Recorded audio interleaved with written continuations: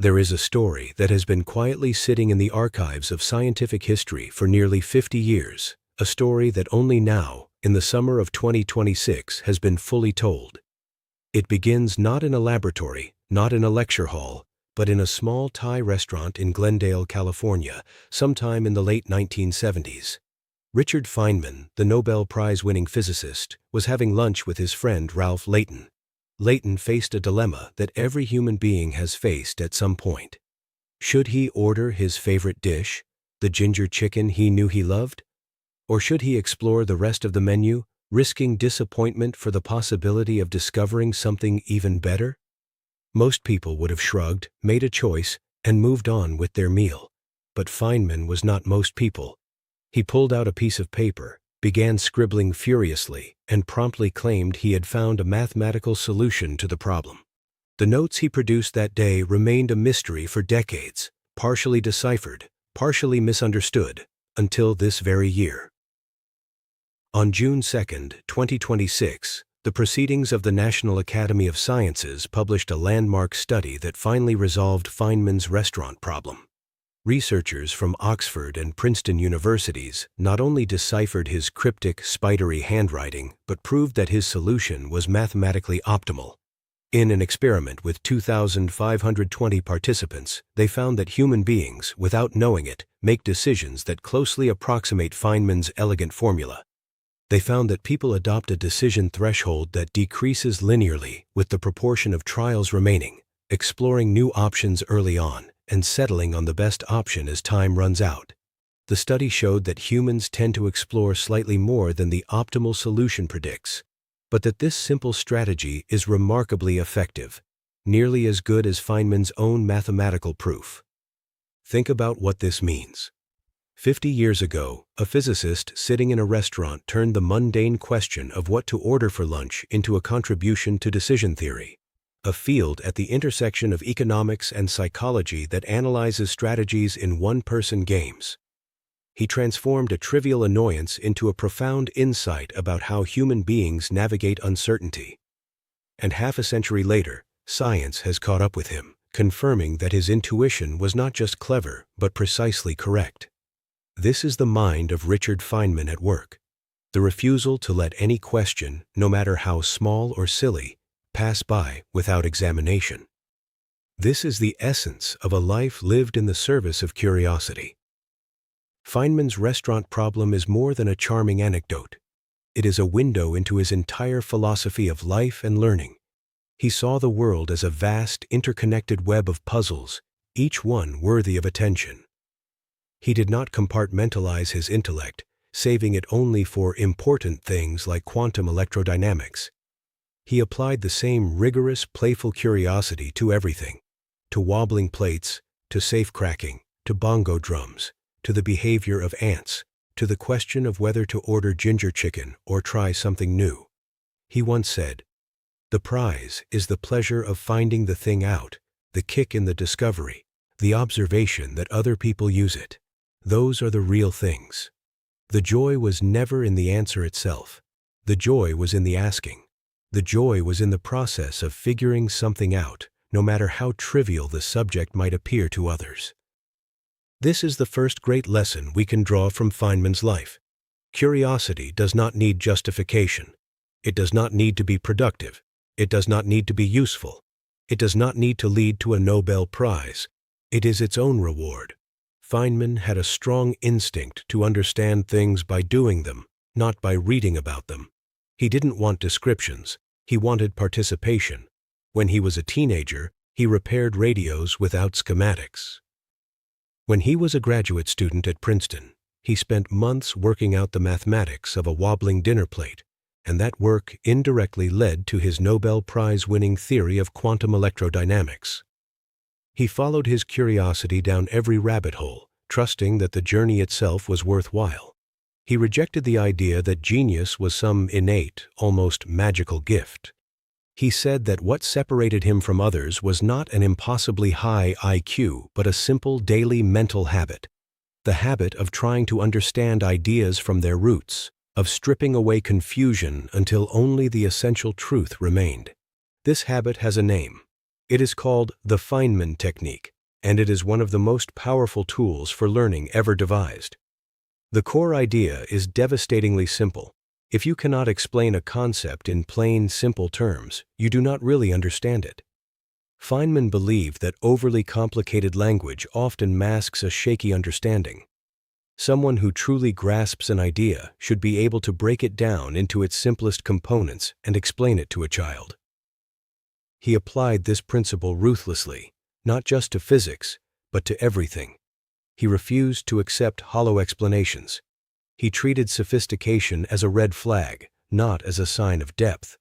If an idea sounded impressive but didn't actually make sense when explained plainly, he knew something was wrong.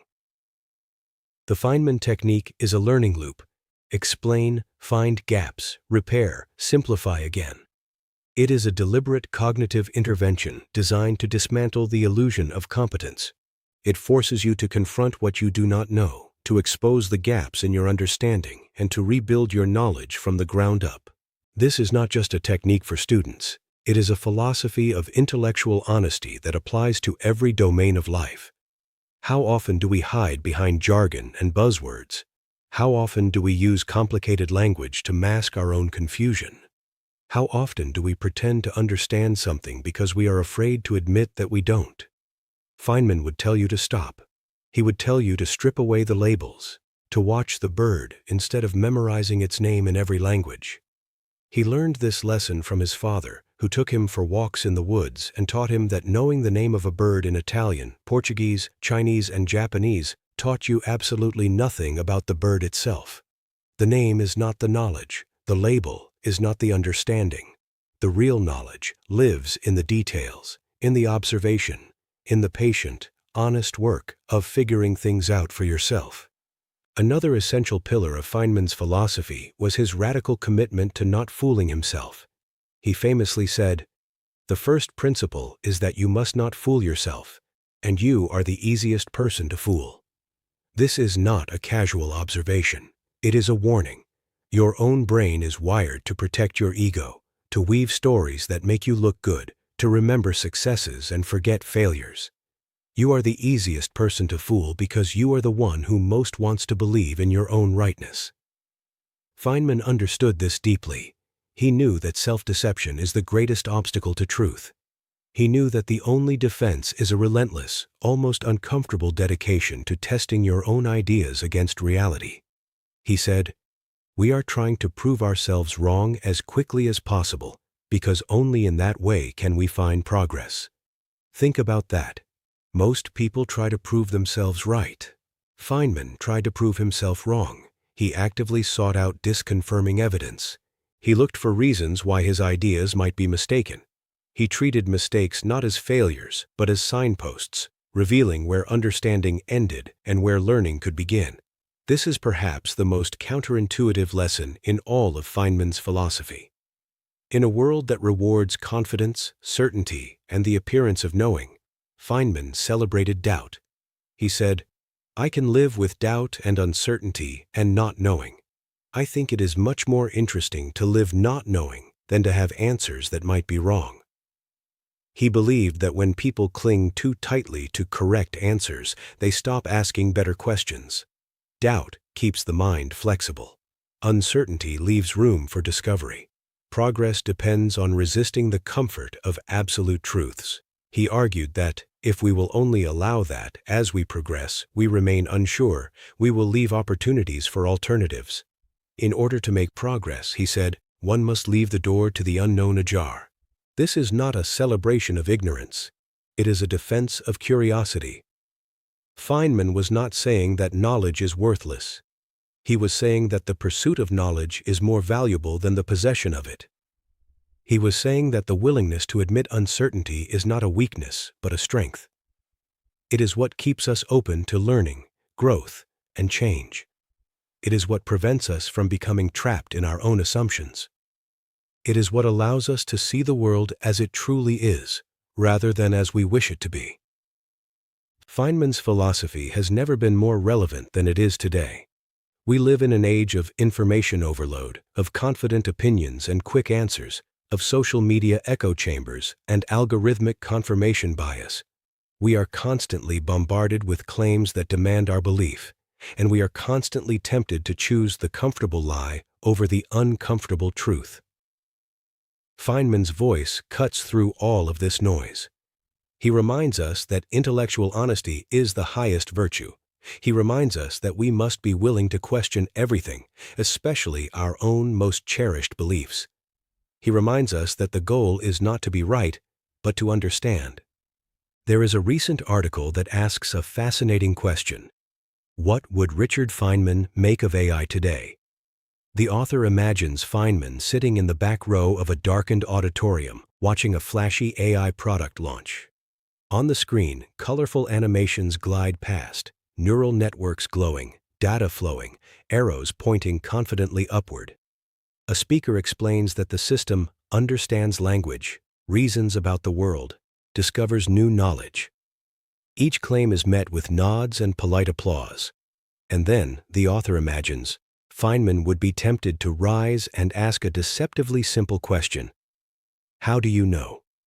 He would wait for the moment when someone explained what the machine does when it fails, or how one might tell whether it truly understands anything at all. He would notice that the demo works flawlessly once, and that no one asks what happens when the input is strange, incomplete, or wrong. He would hear words doing a great deal of work, and he would wonder whether they correspond to anything real. This is the Feynman method applied to the greatest technological challenge of our time. He would not be impressed by the hype. He would not be swayed by the confidence of the experts. He would ask the simple, devastating questions that everyone else was too polite or too intimidated to ask. He would demand to see the evidence. He would demand to know how the system performs under stress. He would demand to know what it means to understand something. He would apply the same skeptical, curious, rigorous approach to AI that he applied to everything else in his life. Feynman also had a profound appreciation for beauty. He believed that understanding the universe should not make it less beautiful, but more beautiful. He gave the example of a flower. An artist might look at a flower and see its colors and its shape. A scientist looks at the same flower and sees the cellular machinery, the evolutionary history, the quantum mechanics of the light bouncing off the petals. Does that scientific knowledge make the flower less beautiful? Feynman said no. It makes it more beautiful. It adds layers of meaning. It allows you to see the flower not just as a static object, but as a dynamic process, a story unfolding over millions of years. Knowledge should not kill wonder. It should deepen it. He also had an unusual relationship with authority.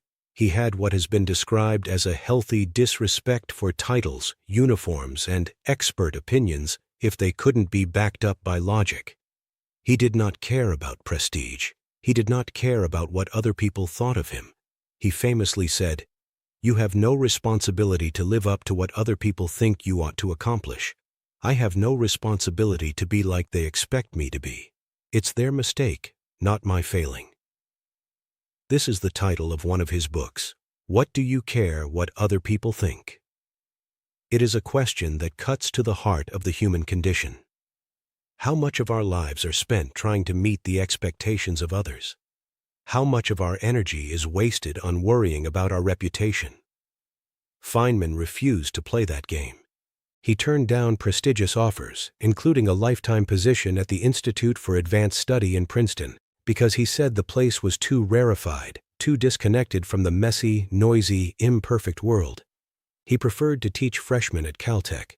He preferred to eat lunch in the cafeteria with students who asked naive questions. He preferred the chaos of real life to the sterile quiet of pure thought. There is another story about Feynman that illustrates this beautifully. During the investigation of the Space Shuttle Challenger disaster in 1986, Feynman was appointed to the Presidential Commission. While others pored over complex documents and engineering reports, he did something characteristically simple. He asked for a glass of ice water and a sample of the rubber O-rings that sealed the booster rocket joints. Then, in front of the cameras, he squeezed the rubber with a clamp and dipped it into the ice water.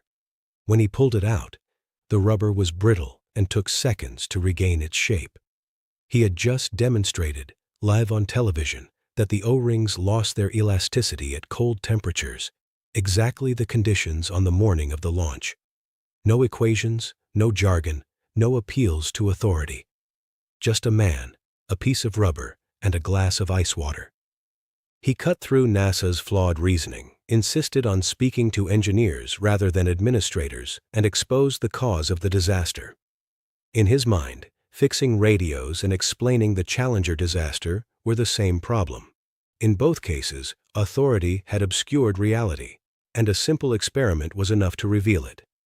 This year, 2026, marks the 108th anniversary of Feynman's birth. May 11th was celebrated as Feynman Day around the world. In Pasadena, physics teachers gathered at Caltech, and on July 21st, a special event will see James Lincoln of AAPT Films step into Feynman's role, accent, hijinks, and all, delivering a 1-hour lecture in the same room where the Nobel laureate gave his famous talks in 1962 and 1963. The performance is one of several Pasadena-specific events built into the 2026 summer meeting of the American Association of Physics Teachers, which will bring physics educators from across the country to the Pasadena Convention Center from July 19th through 22nd. The program includes a guided tour of the Huntington Library and Gardens in San Marino, where a curator of science history will give attendees behind-the-scenes access to early editions of Isaac Newton's Principia and Robert Hooke's Micrographia, along with personal correspondence and notes from Albert Einstein and Feynman himself. And just last week, on July 1st, a major financial news outlet ran a quote of the day featuring Feynman's most famous words, noting that in an age of instant opinions and constant information, certainty is often treated as a virtue. Yet Feynman argued that true knowledge begins with the willingness to admit what we do not know. His philosophy, the article concluded, encourages people to challenge assumptions, examine facts carefully, and stay willing to change their views when new evidence appears. Why Feynman? Why now? What is it about this man with his rumpled suits, his bongo drums, his irreverent humor, and his refusal to take anything on authority that speaks so powerfully to a world drowning in information and starving for wisdom? The answer lies in the nature of our moment. We live in an age where artificial intelligence can generate convincing text, where deepfakes blur the line between reality and fiction, where social media algorithms feed us confirmation bias, and where political discourse has become a battle of narratives rather than a search for truth. In such an environment, admitting uncertainty is costly. But for Feynman, uncertainty was not a weakness, it was the engine of progress. He said, "I think it's much more interesting to live not knowing than to have answers which might be wrong." He believed that when people cling too tightly to correct answers, they stop asking better questions. Doubt keeps the mind flexible. Uncertainty leaves room for discovery. Feynman's legacy is not just the physics. It is not just the Nobel Prize. It is the way he lived. He is the model of the curious scientist who really lived by his creed. The pleasure of finding things out. A scientific mind is a curious mind bent towards problem solving. This mindset is present in children and is often beaten out of them by casual distraction, poor education, or bad role models. Most of us want to learn, but we gradually lose this instinct as we grow up. Feynman did not lose it. He nurtured it. He protected it. He celebrated it. He showed that incredibly difficult problems, such as quantum electrodynamics, can be solved with clarity of thought alongside hard work. He showed that satisfaction with dead ends and non-answers should be rejected with venom. Pursue the truth to its end and search for the best answers possible. Along with all his scientific accolades, Feynman's legacy is to have shown the power of relentless and fearless thinking. And yet, Feynman was not a man without contradiction. He was a man of contrasts, lively, irreverent, and deeply suspicious of explanations that sounded good but didn't cash out in practice. He had little patience for intellectual laziness or inconsistency, and was known to be a relentless pursuer of truth with a singular contempt for untidiness of thought. He was as anti-establishment as one could ever be. And yet, he was also a man of profound emotion, of deep and abiding love. His first wife, Arline, died of tuberculosis when she was only 25. Feynman was devastated. A year and a half after her death, he wrote her a letter that was discovered only after his own death. He wrote, "Darline, I adore you, sweetheart. I know how much you like to hear that, but I don't only write it because you like it. I write it because it makes me warm all over inside to write it to you." He wrote, "I want to tell you I love you. I want to love you. I always will love you." And then, at the very end of the letter, he wrote something that reveals the depth of his honesty, his refusal to pretend that loss did not hurt. He wrote, "Please excuse my not mailing this, but I don't know your new address." This is the unsentimental yet deeply human wisdom of Richard Feynman. He did not try to airbrush his feelings into something comfortable. He did not pretend that loss did not hurt. He simply observed his own heart with the same honesty he brought to physics. And he accepted that pain is part of the deal. If you want to care about things, you will sometimes hurt. That is not a reason to stop caring. It is the price of admission. So how do you live a life guided by Feynman's philosophy? It is not complicated, but it is difficult. First, cultivate the habit of asking, "How could I be wrong about everything that matters?" Not once, but repeatedly. Second, follow your small curiosities without asking whether they are productive. Read about something outside your field. Learn a skill you will never use professionally. Wander mentally. Third, strip away jargon.